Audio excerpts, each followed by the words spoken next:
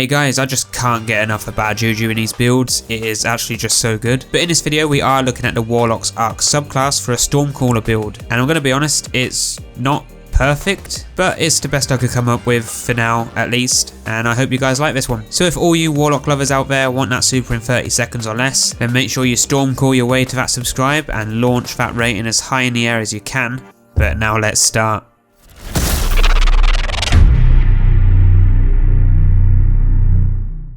So this is your OK Warlock Stormcaller build in Destiny 2, which will give us that super in around 30 seconds, give or take a few. But on top of that, we'll be getting increased super damage using the Stormcaller Exotic chest, but we will get to that shortly. And there's not really too much to this build, so it shouldn't be a long one. So yeah, let's just start by bringing up that loadout. Now of course, as usual with any super build, you ideally want to use that Bad JuJu if you want to get that super quicker, as this weapon is just insane in pretty much all builds, so that is what we are going to be using, as it will generate us that super energy on stacked kills. But for our subclass we are going to be using the bottom tree Stormcaller, also known as Attunement of Elements, and this comes with Rise and Storm, which grants super energy, grenade and melee energy when using your melee ability. Then with this we have the Electrostatic Surge, where our Rift lasts longer and charges faster when allies are near, but more importantly Arc Saw, where our Rift grants us and our allies Arc Saw to help us fight enemies. However, for the armor in our helmet we're using Swift Charge to become Charge of Light from rapid pulse rifle kills, and that will of course be from our Bad JuJu.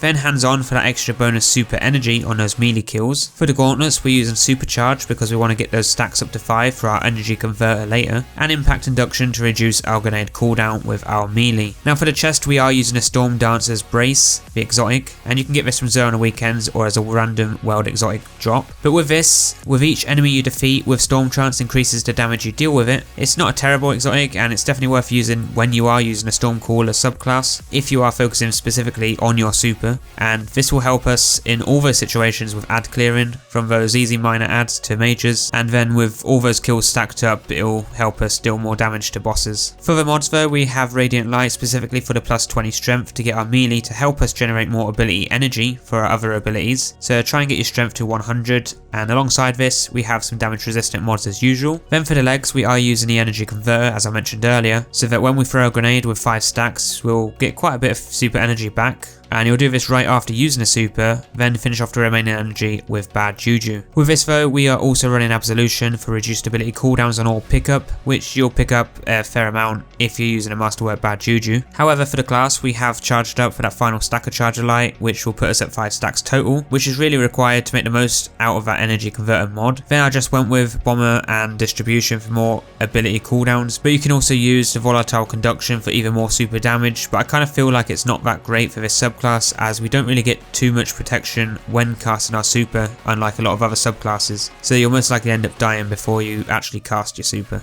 But lastly for the stats, you want to max out either intellect or strength, but if you can get both up to 100 that would be even better. Mine is quite low, but hopefully you guys can do a better job. Now this build definitely isn't perfect, but I guess it's something to try out and experiment around with if you like using a Stormcaller subclass and the exotic chest with it. It won't and doesn't even come close to beating most builds I've made, but that is all for this quick build video for the Stormcaller. I am going to play around with this a little bit more and see if I can come up with something even better than this, so if I do I'll post that video at some point. But next you should go check out some of my other build videos I have in the playlist, but for now give this one a try whilst I keep experimenting with other exotics to make this build better. So as usual, don't forget to drop a rating, comment, subscribe and share to see my next builds, but until then, take care.